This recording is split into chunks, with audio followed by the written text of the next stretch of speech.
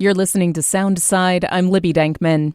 Teenagers and senior citizens. They might seem like they don't have a ton in common. Different generations, different technology, different language in a lot of ways. So how can they find connection and understanding? One teacher in Skagit County tackled this intergenerational challenge by putting teenagers and senior citizens in a room together and making them talk.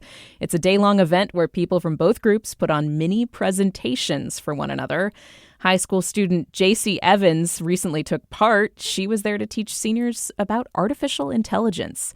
And going in, she says she was excited. We'll learn from them and they learn from us, and it's kind of just like this thing where we're all just learning from each other and we're socializing. Like later we'll have lunch and we'll discuss everything and just social event. The event was called Ageless Intelligence. Soundside producer Kyle Norris was there, and he has this story. It is packed and loud inside this event center in Sedro-Woolley. Today, the space is set up like a science fair, with folding tables and booths. Around the room, about 30 senior citizens mingle with more than 100 16 and 17-year-olds. Some of them have wild, crazy hair, pink hair, purple hair. Some of them are wearing neckties. And a whole demographic of senior citizens from 60 to 85, and some even come in their walkers. Many of them have their hearing aids on. And there is a palpable energy in the room. That's Linsey Kitchens, Sedro-Woolley High School English teacher and librarian. She pulled off this massive event. Linsey's whole jam is teaching people media literacy. She even won a fellowship at the University of Washington's Center for an Informed Public, where she studied how teachers can incorporate media literacy into their classrooms. But Linsey teaches everyone about it, including senior citizens, like her parents. Today, though, it's Linsey's teen students that are teaching the seniors what they've learned. They're sharing information about how AI might show up in the seniors' lives and how seniors can protect themselves from misinformation, things like message scams generated by AI. McKenna Edwards made a game for seniors to play called AI Jeopardy, using a poster board and some buzzers and caramels as incentives. I mean, it pretty much represents what you'd see on TV when it comes to a Jeopardy board. So up on the top, we have our title that says AI Jeopardy, pretty simple. Game categories include how AI shows up in medical settings and in news coverage. Other booths are similarly devoted to tech, with titles like How to Do a Reverse Image Search, and What's a Large Language Model, and How to Identify AI Bots. It takes a little time for the seniors to warm up to the topics, but soon enough, they dive in. After a pizza lunch, it's their time to shine. In one corner, Wayne Ramsey shows teenager Addison Balaam how to play the spoons. Oh, yeah. Do you have to replace your spoons? No, I don't, but some people who do it a lot, their spoons get flat. I think I cracked. Nearby, a teen boy sits at a table with a giant loom, where a woman teaches him how to weave. And at another table, a senior explains how to write a letter by hand. This presentation is teenager Bella Andrews' favorite. Even though it's maybe old-timey, it holds so much emotion, and it's so much better than just texting or even using this AI to write a message. To Bella, who loves to write, a handwritten letter is a new medium. Around the room, teenagers are leaning in and asking the seniors questions. That's because the week before the event, teacher Linsey Kitchens spent time in the classroom, teaching her students how to have a conversation with an adult. And in case the students forget, there are posters all over the room with simple prompts to remind them of sentences they could say. Things like, "What brings you here today?" Or, "What's your favorite kind of music?" Or, "Say more." Linsey Kitchens smiles and soaks it all in. Her students are doing great, and they seem into it. And I think that's the part that you really can't see is the engagement, because it has to be felt. And if you were in the room, you would feel the zhuzh of the room. The zhuzh extends into the parking lot, where J.C. Evans and a friend chat with a senior who's brought her furry companion. I'm sorry, I really like dogs. This is Billy.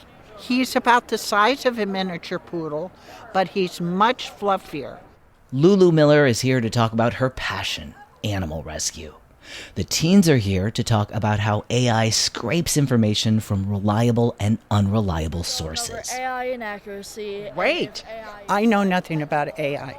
I'm sorry, I'm the older generation. No, so that is absolutely perfect because we want to reach out to the people that don't know anything about it. What's really interesting is a lot of AI is getting into dog rescue now.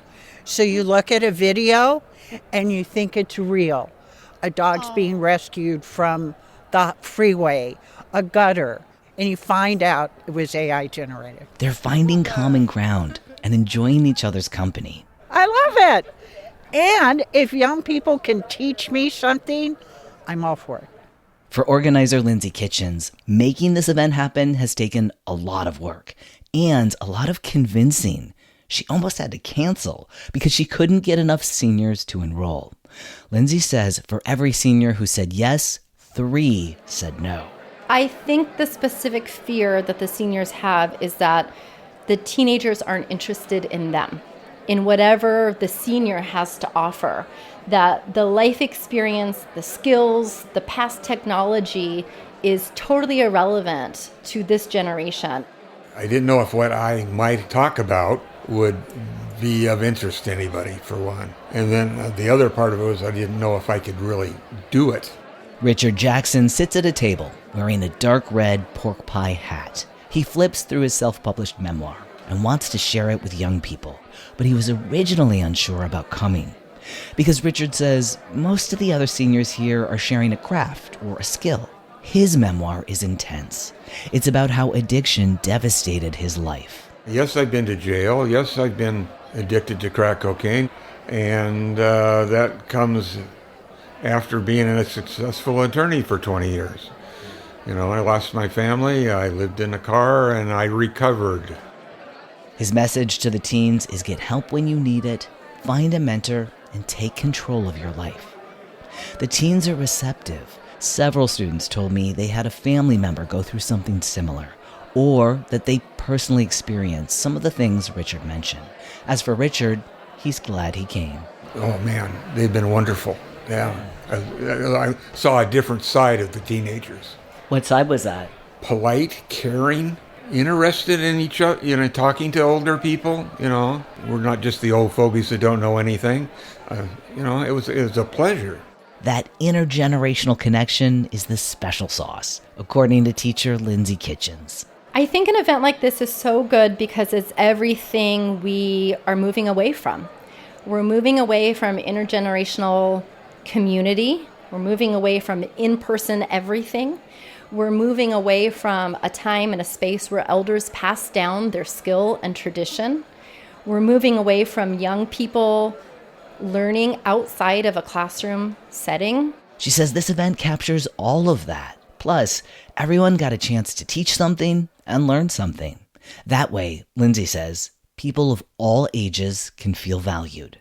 For Soundside, I'm Kyle Norris. Thanks for listening to Soundside. Don't forget you can listen live on KUOW 94.9 FM Seattle at noon and 8 p.m. Monday through Thursday, or anytime online at KUOW.org or on your favorite podcast app.